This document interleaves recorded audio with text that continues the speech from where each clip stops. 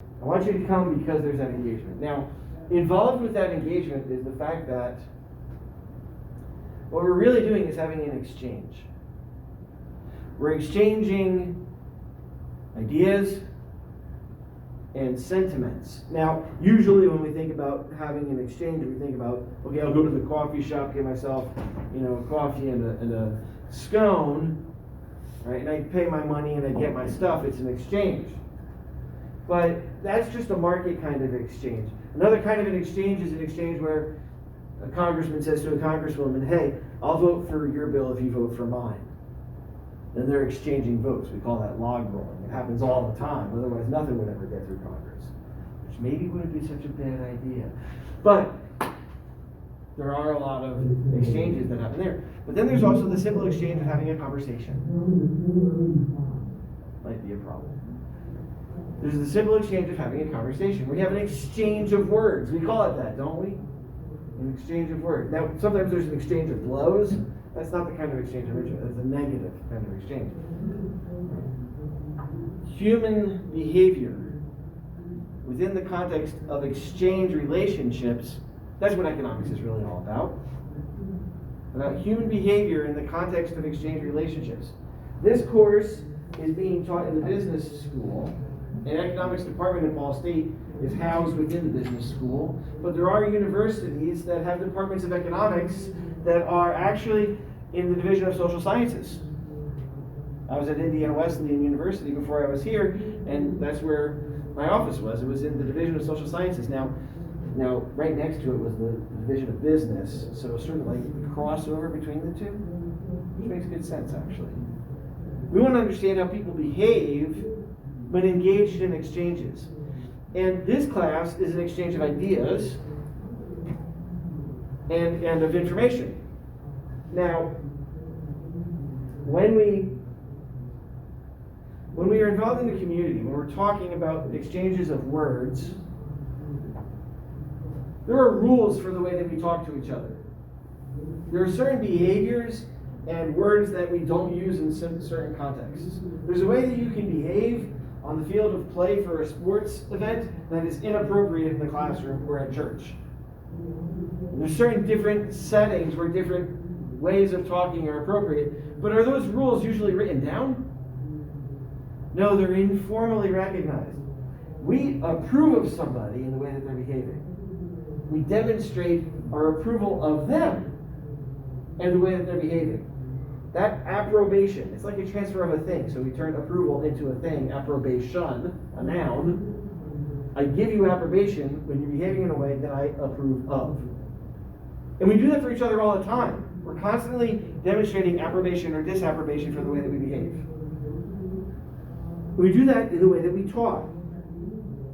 It's sort of like the way that we talk, that set of rules that we approve of or disapprove of is like a set of rules, a constitution, or a social contract that we use to govern the way that we interact with one another.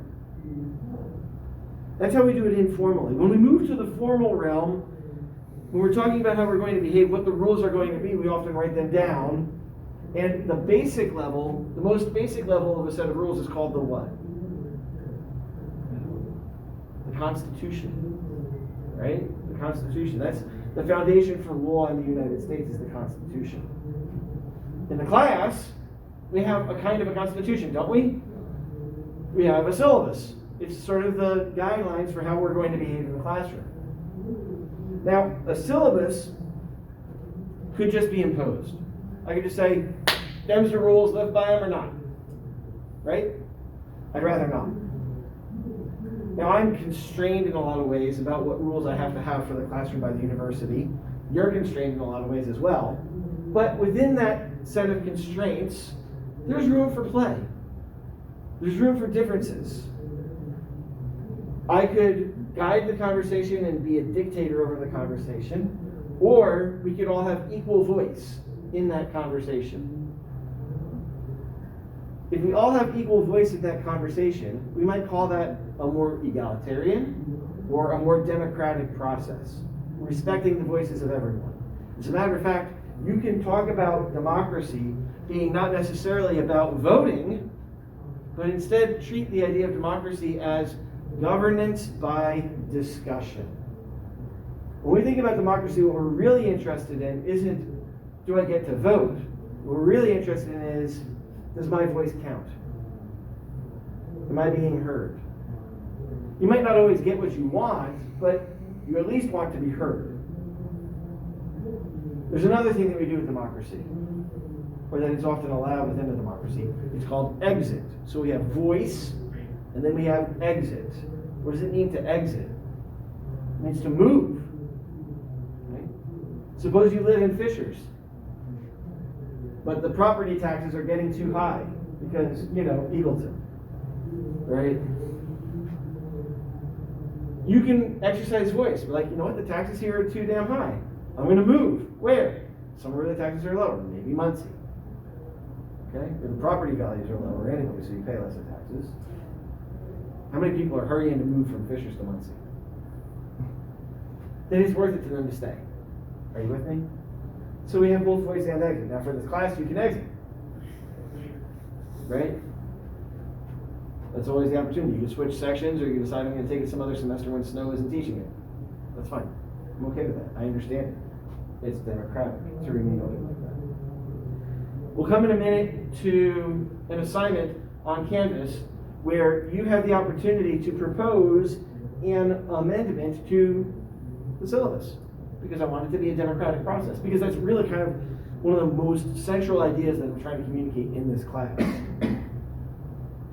How we organize ourselves through conversation. So you can either propose an amendment to the syllabus, or you can just say, I approve of it the way it is. I'm going to stay. Or you can say, nice knowing you. I'm out. Okay? All right, so what I'd like to do now is I'll walk through what we have on Canvas, step by step, so that we're all on the same page, so that you're all on the same page too. Okay? We'll do that now. Any questions before I do that? No. All right. So if I go to my Canvas page, and I'm going to go to the section 02 for now. I know that's not y'all, but I've already updated everything on this page, and I'll make some changes to your Canvas pages over the weekend. So everything is correct. Now, when you open it, what you'll find is, first there's this just huge chunk of stuff that's preliminary, part of the welcome part, okay? That's a lot of stuff there. And then there's week 1, and then there's week 2, there's week 3. You're not allowed to see week 3 yet. I haven't posted that, okay. And for each week, there's like an about page and a bunch of different stuff. You can see which things are for a grade, because it has points next to it. Right? And you can go through all these. There's the syllabus amendments thing I was just talking about. Okay. So let's walk through this. And we're going to start with Morpheus, saying, what if I told you it's in the syllabus? Recommending that you read the syllabus carefully. We'll come to the syllabus in a minute. And the first thing to do is to sign up for Achieve. How many of you have signed up for Achieve already? Okay, was it a painful process? Not too bad? Okay, it's $100. For $100, what you get, though, is you get access to the textbook. Right? So when I was an undergraduate, we had to buy textbooks, and usually the textbooks were $150, $200 just for the textbook, right? Not including an online homework package or anything like that. This textbook is Modern Principles of Macroeconomics by Tyler Cowan and Alex Tabarrok. Alex Tabarrok used to teach here for a while. Now he teaches at George Mason, and I had a couple of classes with him as a graduate student. And Tyler Cowan is also at George Mason, and I also have had repeated interactions with Tyler. We're both great guys, but that's not why I chose the book, because I know the authors. I chose the book because the chapters, in particular chapters 15 through 18, are awesome. They're better than any other macroeconomics textbook I've ever read or tried to use to teach from. So much so that I finally understood some ideas that I never understood before by reading this textbook. So this is my preference. The other reason for choosing this textbook is that you do have this Achieve thing. And that Achieve thing includes a bunch of different kinds of homework assignments that are graded by the computer, of course, that save time for me so that I can focus on doing other things with you guys to help you learn better. Okay? All right. Third, Another main reason for this textbook is because it includes videos. It includes 100 professionally produced, interesting, I think, videos that cover the concepts in the textbook. And those videos make up some of the days that we're not going to be in class. So it's really valuable to me that they have really great videos. We're going to walk through that as well. The other book for the class is this book, Factfulness. This book is by Hans Rosling, his son and his daughter-in-law. Hans died a couple of years ago. But he wrote this book before the pandemic, talking about how the people who are in the bottom income levels around the world have been improving their quality of life dramatically over the last 20 years. Now, those who are the poorest are actually doing really well, for the most part. He's an epidemiologist. I started assigning this book before the pandemic, but it's great to have a book that touches on economic ideas written by an epidemiologist in this time. I think it's important that you probably want to buy a physical copy of this book, right? At the end of the semester, there's a workbook that I'm going to give you that you're going to fill out that's going to include page numbers from this book. So having a physical copy will be helpful in that case. Now, every semester when I give this book and I ask my students, what was your favorite part of the course? They almost always say, this book. More than anything else in the course was their favorite thing, which I feel a little offended by. I kind of hope they think I was the best thing about this course, but that's okay, I understand. So you're probably going to want to buy a physical copy, one, because it'll help you with the workbook, but also because you might want to keep it, or you might want to give it to somebody, because it's really powerful, that you're really going to be affected by this book.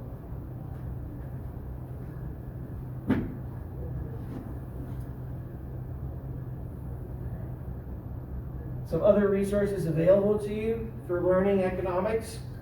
Khan Academy actually has a pretty good set of videos on economics. ACDC Economics has a pretty good set of videos that he developed for AP prep.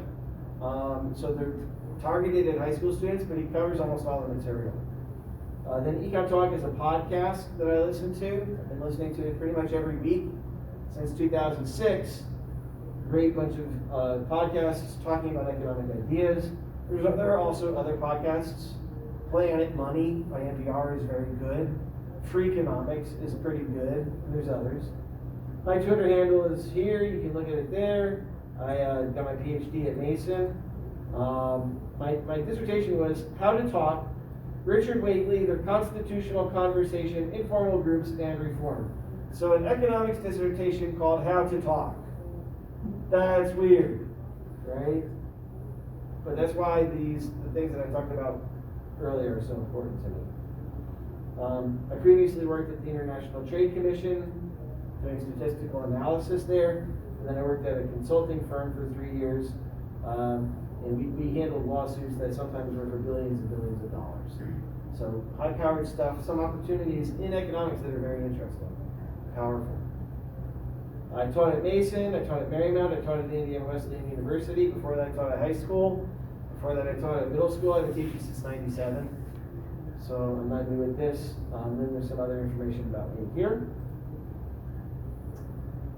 Here's our syllabus. Okay, again, get achieve. Next is our textbooks. I talked about Rosling's Factfulness already. But there's this other book called Arnold Kling's 3 Languages of Politics. We're going to come to that in a minute. There are these course objectives. Read over these from time to time and see whether I'm actually teaching you what's on this list. This is what I'm supposed to be teaching you. If I'm not, you should be worried. Then we'll look at our means of assessment. There's a midterm worth 150 points. There's a final worth 200 points. Then there are the Achieve assignments worth 300 points.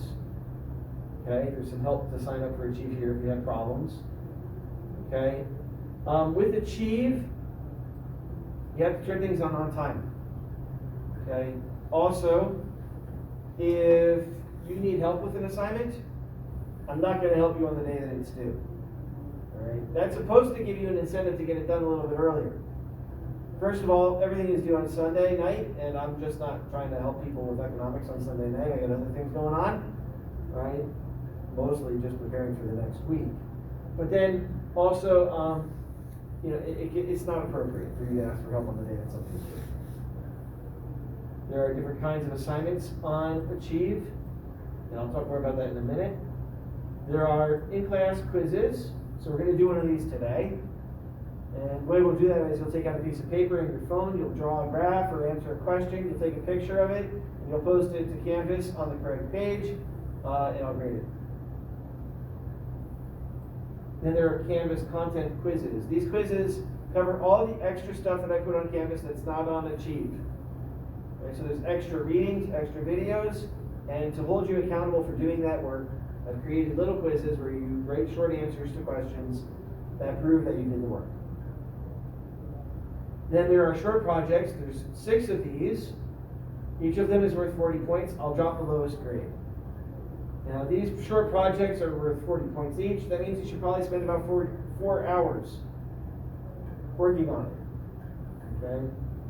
Finally, there's the workbook related to the factfulness test book, the factfulness book. That's worth 100 points. That means you should probably spend 10 hours on that workbook. So you have some sort of idea about the expectations of how much work this is going to take going into it. Everything that you turn in to me, if it's a file, right, should be formatted in this way. Why?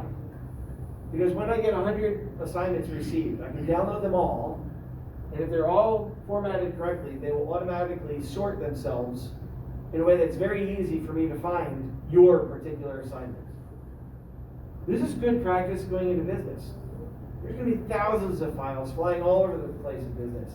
Having a good system for how to name files makes you easier to find those files. You may go into a workplace in the future where somebody hasn't been doing this, and just by doing this, you can make the workplace more efficient and keep your job. So this is just a summary of the points, grading scale. Then I have basically an outline of what we're going to do in Leonard. Okay, so each week we're going to do some stuff. It's got the homeworks that are due for that week. Here, I don't include the videos on here, but everything else is there. And the extra reading assignments. You'll be able to find all of this on the Canvas pages for the week though. Should be pretty straightforward. Similarly to how you title a file, you should also do the same thing with your emails. When you communicate with me, how many of you already did the email assignment? Okay, so you saw how I'm a stickler about some of this stuff, right? That's the goal.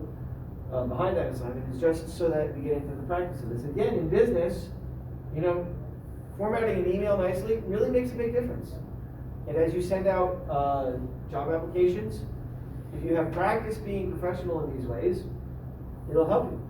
My goal is really to help you. Okay, then there's this other stuff the university asks me to include.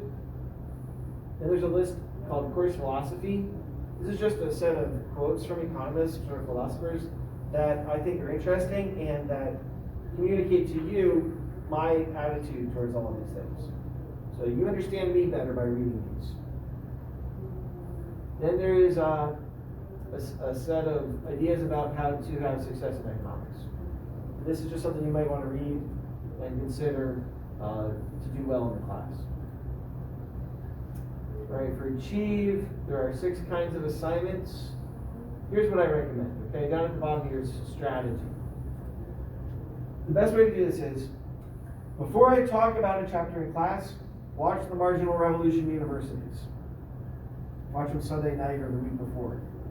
When you watch one of those videos, here's what's going to happen. It's going to take you to a page that looks, well, it won't look quite like this. This is marginalrevolutionuniversity.org. All the videos are available here for free, by the way. When you watch a video, the market is like a root. Although the trend is produced, right? You can see they're pretty professionally done. They're nice, clean videos. After the video, there's a quiz. If you answer the quiz, you get full credit for watching the video. And that's how I tell whether you watched the video or not. So watch the videos before we talk about it in class, then read the textbook chapter. And it's important to actually read the book. Why? Well, you guys can probably get through all of college without reading a textbook. But if you're ever going to want to teach yourself anything new in the future, textbooks are a great way to learn other stuff. Right? They're a great way to learn material that you didn't know before. They're set up to do that. And so having the skill of being able to read a textbook and learn from it is really important. Right? Okay. The next thing I think you should do is do the learning curve assignments.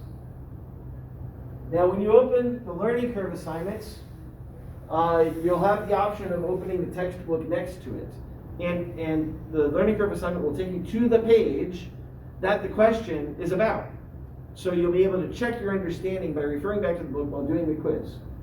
The learning curve quiz works like this. It'll give you a question, and if you get it right, you get 20 points. You get it wrong, you get another try, you get 15 points. Move on to the next question. You get it wrong, you get it wrong, you get it wrong, you get 0 points, move on to the next question, but they don't take any points away. And you can keep on answering questions until you accumulate the total number of points for that chapter, and then you get full credit for the assignment. 100 points for that assignment, or 100 credit points for that assignment, right? I think learning curves are each worth 3 points overall. Now the next thing to do is to wait a couple of days and then come back to the ideas later. That way you can refresh them. That walking away and then coming back to a set of ideas has been shown to help you remember those ideas better for the exam and long term. Then you do the homework assignment or the work it out assignment. Those are graded. So if you get an answer wrong, you lose points. Okay?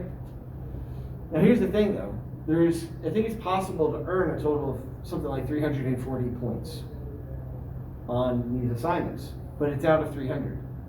Which means that if you do poorly on some of the homeworks or on some of the videos, by doing the learning curves, you can cover yourself and still get full credit. You can get 100% on the online homework stuff. I try to make it as easy for you as I can to get full credit for this. Okay?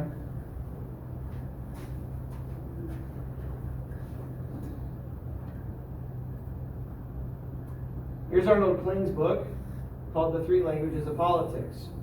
Every semester I ask myself, do I really want to teach this book again? Is it really relevant? And then something crazy happens in the world, and yeah, it's really relevant. And that's just been happening over and over again. So this book is really important. Now, you can download it for free. You can download an MP3 of it for free. The MP3 of it, the audio file, runs 2.5 hours. Now, most of us read faster than we can read out loud, which means that if you were just to read it, it should probably take you less than 2.5 hours. Or you could listen to it at 1.5 speed, and it'll definitely take you less than 2.5 hours. So it's a short book that I don't feel bad about assigning to you, because for what it has to teach us, that I think is really valuable and it's totally worthwhile. Okay? There's going to be an assignment and assessment related to this book as well. Okay. For office hours, it's best for you to email me ahead of time to set up an appointment. When you email me, again, I'm sort of a stickler about how to do emails. Also, make the body of your email professional. Don't just send me an email with an attachment and no body. You know, write an email, okay? Make it professional. And here's a big page about professionalism. Okay? Every assignment that you complete should be turned in with a level of quality that you would want to hand a product to a client or to your CEO. You're in business school, so you should practice being in business. And by doing this, I think you're going to do well in business. Okay? Reports should have clean formatting. Graphs should be created in PowerPoint or using the drawing tools in Word. They should be nice and clean, not like hand drawn with a mouse. Right? It should be clean. Learn to write math in Word. All these things should be done. If you're turning in a report, a written report, make sure there's no errors. Grammar or spelling or commas in the wrong place. Right? Always have somebody proofread your work. And make sure they're not being nice to you. Right? You want somebody who's going to be as brutal as possible to critique your work. Why? This is the only way you're going to get better. Right? I went to prep school. I went to university. I dropped out of university. I went to university again. I dropped out of university. I went back to university, finally finished. Right? Then I got my master's degree. Right? And then I went to work in consulting. And I thought I was a good writer. I turned in my first assignment, and it came back to me covered in red lines. Truth was, I was a good writer, but I had a lot of improvement to do. Those documents were going to be read by federal judges and lawyers and CEOs of Fortune 500 companies, right? So I had to make sure that they were well written, and my boss had to make sure that they were well written. What I'm trying to say is you can always get better at writing. And the way you do that is by having somebody brutally critique your work. Right? And don't shy away from it, because having that skill is something that's really valuable. Writing and math, right, are two of the most valuable skills that are available out there. No matter how many math classes you've had, you should probably take one more. You should probably take another math class. People hate hearing this, but I tell it to everybody. Like, I've had a lot of math, trust me, right? And I still feel like there's things that I still need more help on. I want to learn more math, because it's really valuable. Okay. You should probably take another math class. You should probably take a class in political philosophy too, but we won't talk about that here. So everything you turn in should be pretty. If there's something in Excel, Word, or PowerPoint that you don't know how to do, YouTube is your friend.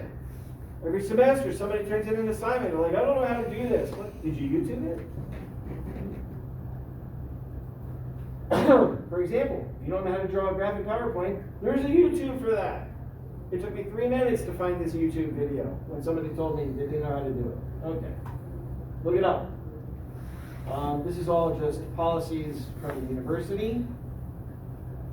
You guys can read through this. You'll probably get the same stuff in most of your classes. You have to wear a mask. The Learning Center has tutors. They're good tutors too, by the way. I know some of these tutors. And then also, the economics department has graduate students who can also tutor you with your work. So, suppose you're struggling with an idea in a class, right? What's your first step? Let me YouTube that, right? Second step, right? Maybe I'll go to the tutoring center, or maybe I'll go to one of the tutors that's in the department and ask for help. What's your next step? You come to me. But try to do it in that order. I'm totally willing to be available to you, but I might ask you, did you seek out any other help before you came to me? Okay, because I got a lot more students than other people do. And so I want to do the best by all of you and really be available for those critical situations. Okay. So here's that assignment. Send me an email if you haven't done it. And finish that in time for next week. And then, okay, so then on the homepage, right, this is where we get into the stuff about the different weeks. So this is all that welcome stuff. And then we have week 1 stuff. Right, for every week, I'm going to do it sort of like this. So we have an about page. This just sort of says what we're going to talk about this week. Then there's the to read page. There's 3 reading assignments besides the textbook for this week. It should take you about 35 minutes if you read them out loud, right? And you probably won't read them out loud.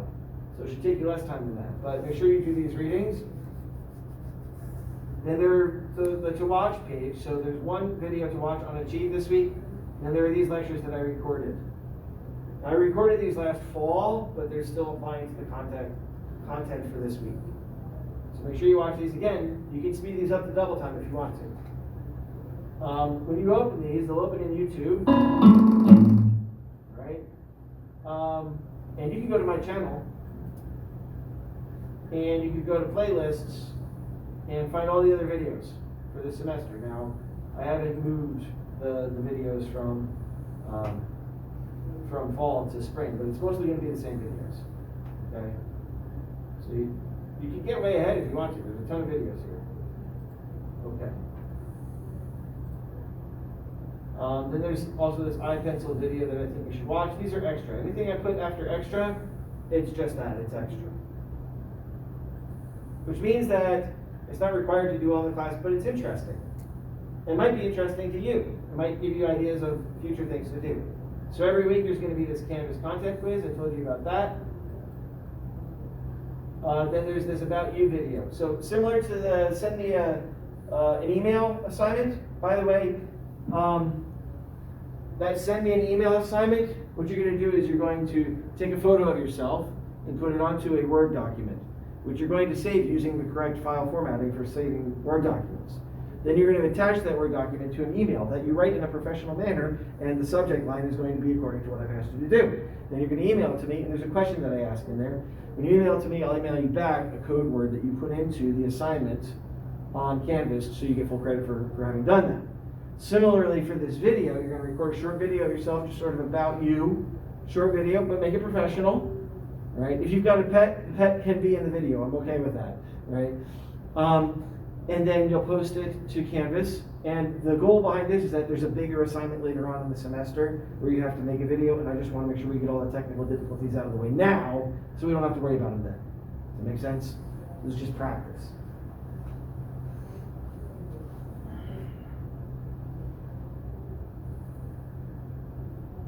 Okay, then we have the Achieve assignments for week 1. So this is stuff you need to do online. None of the Achieve assignments are due until January 31st. But if you wait until January 31st to try to do all the assignments that are due January 31st, you're going to be buried, right? I just set the due date later for the first couple of weeks to give everybody a chance to buy the software so that they can get caught up, or to choose to drop the class if that's the case. So here's the assignments that you need to do. Try to watch the videos for the next chapter before we meet. And then also there's these graphing and math video tutorials. They're worth up to 10 free points. Okay, this is just to remind yourself how to do the math and drawing of the graphs that is necessary for this class. Here's the syllabus amendments thing that I talked about earlier. And then here's the in-class quiz for week 1, which we're going to do in a minute. Okay. And then here's an in-class video from week 1 from the fall term. So last fall I recorded this video in class just like I'm doing today. And I'm not going to cover that material again today. So you do need to go back and watch this video as well. It's about 30 minutes long, which double speed is 15 minutes. That's going to pass on some other important information. And then we move into the About Week 2 section. So from there, it's all the next stuff. We don't need to cover that today. Any questions for me? Here's the quiz. In the market for vaccines, a new strain of the virus is discovered. In the market for vaccines, a new strain of the virus is discovered. So show that using the tools of economics the best that you can. What happens? Now, the assignment today, I'm just going to grade it for participation. In the future, I'll grade it based upon whether the graph looks right. So just go ahead and do the graph best you can, okay? And take a picture and post it to Canvas, and then I'll go over it with you, okay? Give you about 4 minutes to do this. In economics, we draw a lot of graphs. What kind of graphs do we draw? What are they called? Supply and demand. Supply and demand graphs. So you took micro already. You drew a ton of these, didn't you? You draw a lot of supply and demand graphs. Now, to do well in economics, I highly recommend that you draw every graph that you ever see. You see a graph on a video, draw it. You see a graph in a textbook, draw it. Now, you see a graph in class, draw it. Draw them all twice. Okay? It's the rhetoric of economics. It's the language. It's the way we do things. Okay, so a supply and demand graph. We're going to go, it was a dark and stormy night that day. At the party, all was quiet. Everyone who came to sell something found someone to buy it. It was a dark and stormy night that day. At the party, all was quiet. Everyone who came to sell something found someone to buy it. Right. The idea here is that we're going to draw our supply and demand curves. And what do we notice about the demand curve? It slopes down, doesn't it? The demand curve slopes down. Sloping down is what the demand curve does. Does the demand curve slope up? No, never. Every semester on the final, I get a student who draws an upward sloping demand curve on the final exam. And I'm like, I feel like I should be justified. The university won't let me, but I would feel justified in failing you for the whole course for drawing an upward sloping demand curve on the final. If thou draweth a demand curve, it shall be drawn and downwardeth. Okay, let that principle sink in. Okay, so we got a supply and demand curve. What else do I need on this graph to get it started? Well, I need to talk about what market it is, the market for vaccines. I need to label the market. Now, why do I say it was a dark and stormy night that day? Because drawing the graph, right, is just getting us started. It's giving us the setting. A dark and stormy night, that's how all the horrible books are starting, right? If you read a terrible book, it starts, it was a dark and stormy night. But then what? Then suddenly, something happens, right? That's how all these stories go. Dark and stormy night, when suddenly. So we're going to discover what then suddenly means in this context. What do we call this area up here that is below the demand curve but above the market price? What's that area called? Consumer surplus. You remember that? Consumer surplus? What about the area below the price line and above the supply curve? What's that called? Instead of consumer surplus, it is producer surplus. Okay, so this is surplus captured by buyers. This is surplus captured by sellers. Who captures more of the surplus? The buyer or the seller? Depends on the elasticity. Okay, we don't know what that means yet. What do you think? What do you think? In most exchanges that you exchange in real life, who captures most of the surplus? The seller. You think the seller, the producer? We're going to come back to that in just a minute. Okay? Now, what did you think happened here in the market for vaccines? The crush. Yeah. What went down? The demand. The demand went down. How many agree? The demand for vaccines went down. Okay. How many say the demand for vaccines went up? Okay, you're all wrong. Why? Because we do not shift our curves up and down. We shift them left and right, not up and down. Why? Because the dependent variable is on the x-axis in economics. Alfred Marshall drew the first supply and demand curves, and he had the bright idea of putting the dependent variable on the x-axis instead of on the y-axis, which is where the dependent variable goes in every other scientific pursuit. Thanks, Alfred. Okay? So instead of shifting our curves up and down, we shift them left and right. So, coming back to what you said a moment ago, the demand curve shifts how? To the right. To the right. So there's an increased demand. No. No? There's a new strain of the virus. Does that make there be more demand for the virus or less? Less. Why? Because people are like, why would I get a vaccine? I'm going to get a different strain anyway. Oh, so it's not going to work. Yeah. Okay. I buy that. What about the supply? What happens with supply? Stay the same. Why? Because if the demand goes down, no one's going to get it, so it's going to stay the same. Okay, so you don't want to shift the supply curve in response to a shift of the demand curve. You want to have some sort of independent thing that causes the supply curve to shift. Yeah? Would the supply curve maybe go left because they have to produce more vaccines for two strains? Yeah, perhaps, right, the vaccine doesn't work anymore, so you have to shift the supply curve left. What happens to the price? It rises. It might go up, it might go down, right? From here, where we started to here, it's hard to tell whether the price went up or down, isn't it? So what is the price of the vaccine? What's the price of the vaccine right now?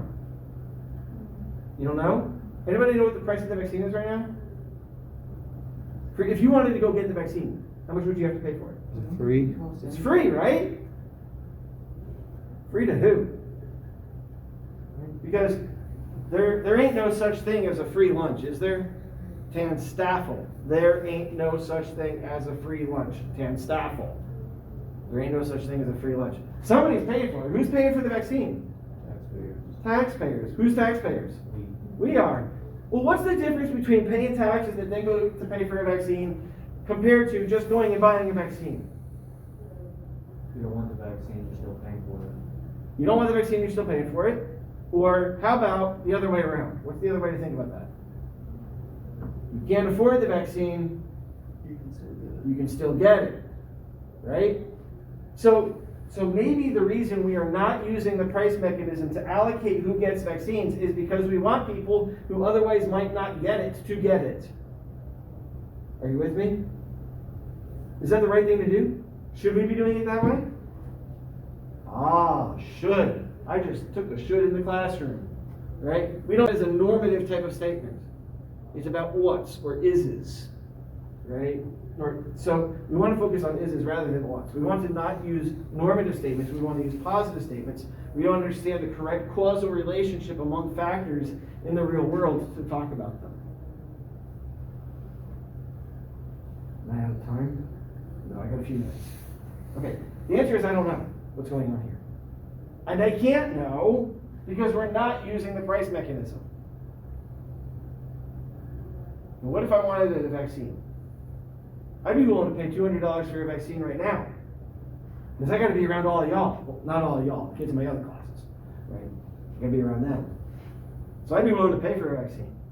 What if I had $200 and I went down to the clinic and I said to some old person who's standing there getting ready for the vaccine, hey, I'll give you $200 to swap places with me in line. I'd be a horrible person, wouldn't I? Maybe.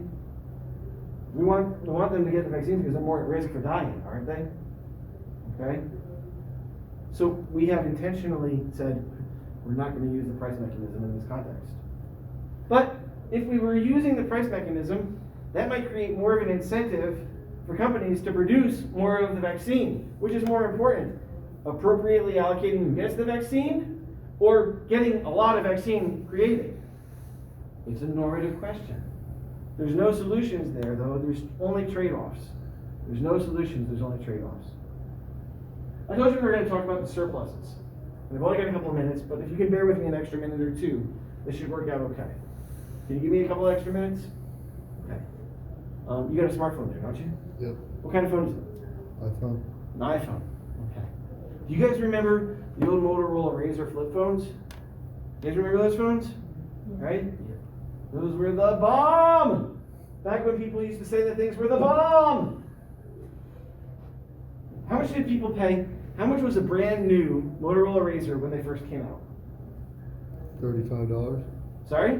Was it like $35? No. The first day they were like released, they were $600.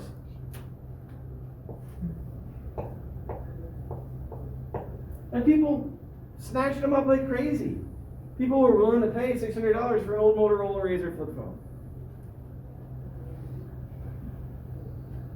Now, can you buy a used smartphone for $600? Sure. I bought an iPhone 8 the other day for $200. Okay. Now, here's the deal, okay? Let's do this. You have a smartphone too? Yeah, okay. I'll give you a Motorola Razr flip phone in exchange for your smartphone. And you can never have another smartphone again. How much would I have to pay you to make you willing to do that? Never again? Never again. How much would I have to pay you to give up your smartphone in exchange for a Razr and never get a smartphone again? Alright, so let's take into account how useful smartphones are. Yeah. Just give me a number, man. It would be denying me a lot of opportunities, so I'd say like $10 million. $10 million! That's the highest I've heard, but I don't think you're crazy. Right? How much would you say? I was going to say about $2 million. About $2 million. Okay, would anybody do it for $1,000? Give up your smartphone permanently? No. What about $10,000? You see, that willingness to sell price, to give it up, that is a demonstration of how much value that thing creates for you in your life. That's your value of the thing.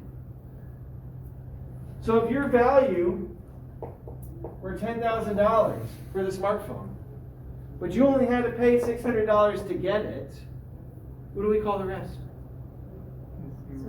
Consumer surplus. We often think, oh, the sellers are getting all the surplus because they're getting the money. The money is an illusion. Okay, the money tricks us.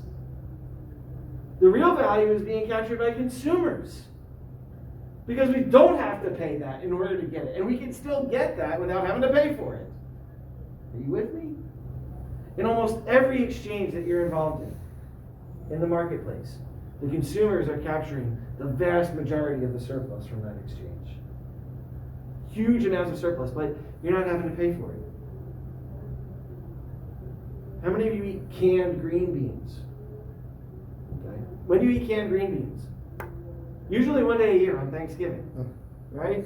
And you usually have them in a green bean casserole with cream of mushroom soup and those onions on top. Why do they put the mushrooms and the onions on top? Because that's the only way you can make canned green beans taste good. Today, when you buy green beans, usually you buy them fresh, even in February. Quality of life that we're enjoying today is so much greater than when I was a kid.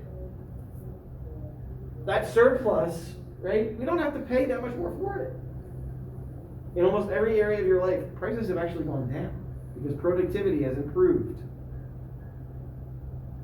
And we're capturing just enormous amounts of surplus. Thank you. Have a great day. See you next Monday.